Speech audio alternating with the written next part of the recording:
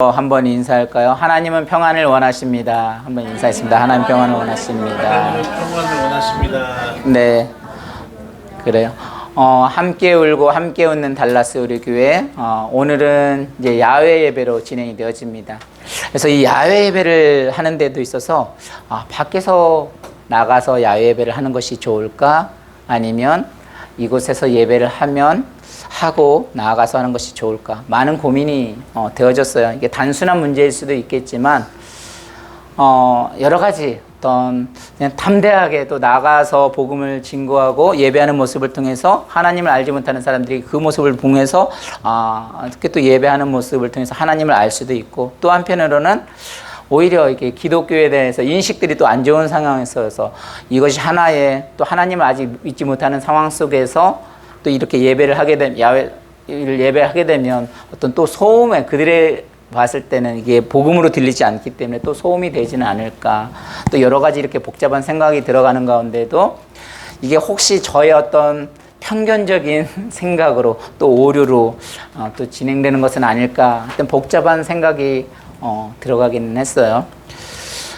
그럼에도 불구하고 또 이렇게 하나님 앞에 예배를 하고 날씨까지 또 너무 하나님이 좋은 날씨를 허락해 주셔서 비도 안 오고 또 날이 이렇게 선선해서 너무 또 한편으로는 감사한 마음이 들어갔습니다. 오늘 본문의 말씀은 여러분들 보다시피 이제 큐티의 말씀이기도 하고요.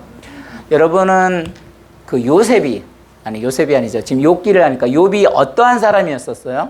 욥은 동방에서 가장 큰 자였었고, 그리고 그 지역에서도 완전 소문이 날 정도로 엄청나게 유명한 사람이에요.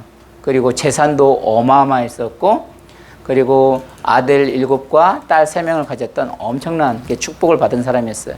그래서 저는 이 사람의 가장 큰 축복은 어떤 것일까? 여러분은 뭐라고 생각을 해요?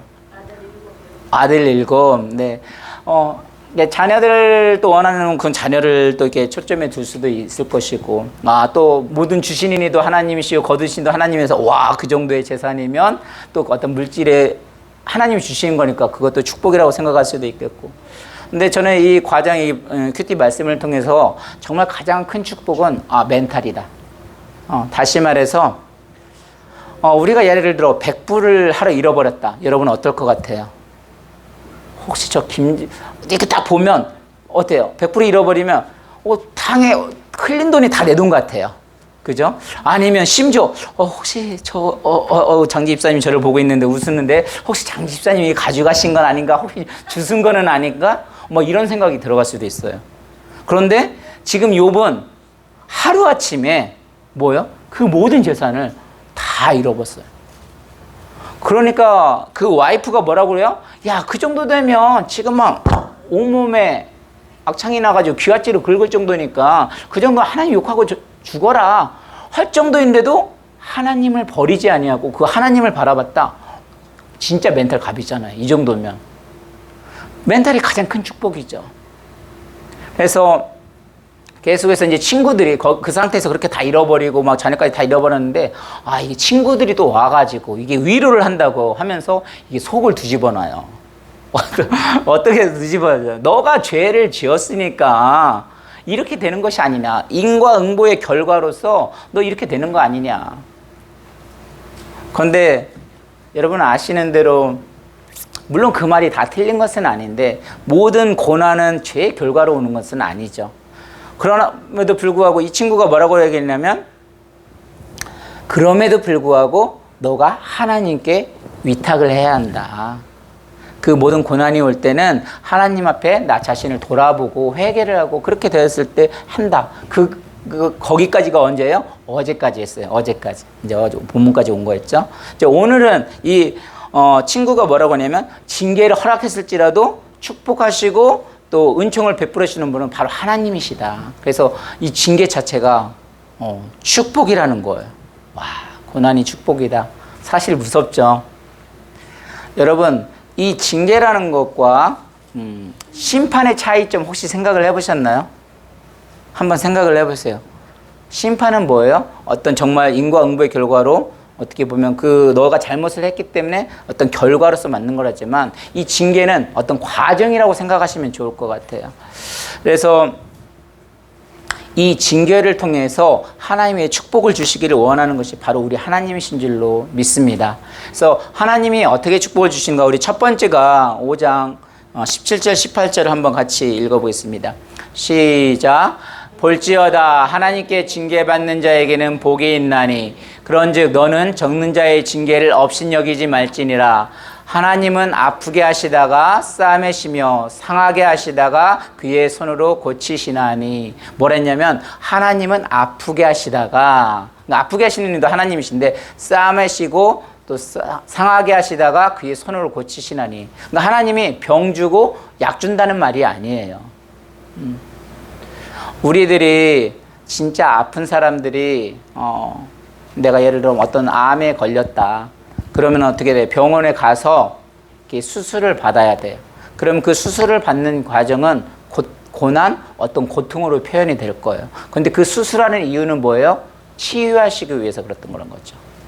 아까 말대로 우리들의 어떤 아픔이 있었어요. 그런데 이 아픔으로 어떤 심판으로 끝난다면 그건 하나의 심판이 될 수도 있겠지만 지금 어떤 고난이 나에게 너무 힘든 과정이 왔어요. 그런데 그것이 나의 꼭 죄 때문일 수도 있겠지만 아까 말대로 지금 뭐냐면 징계는 또 축복이래요. 왜요?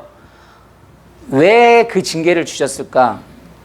자녀들이 올바로 자라지 못하면 어떻게 돼요? 부모가 때리잖아요. 그래서 어떻게 돼요? 그 때리는 거는 정말 사랑의 매라고 하잖아요. 그 때리는 이유가 뭐예요? 잘 세워질 수 있도록. 그래서 우리가 어떤 아픔 가운데 그런 또 어려운 가운데 있었다면 그걸로 인해서 우리가 하나님 앞에 나올 수 있다면 그것이 축복이라는 거죠.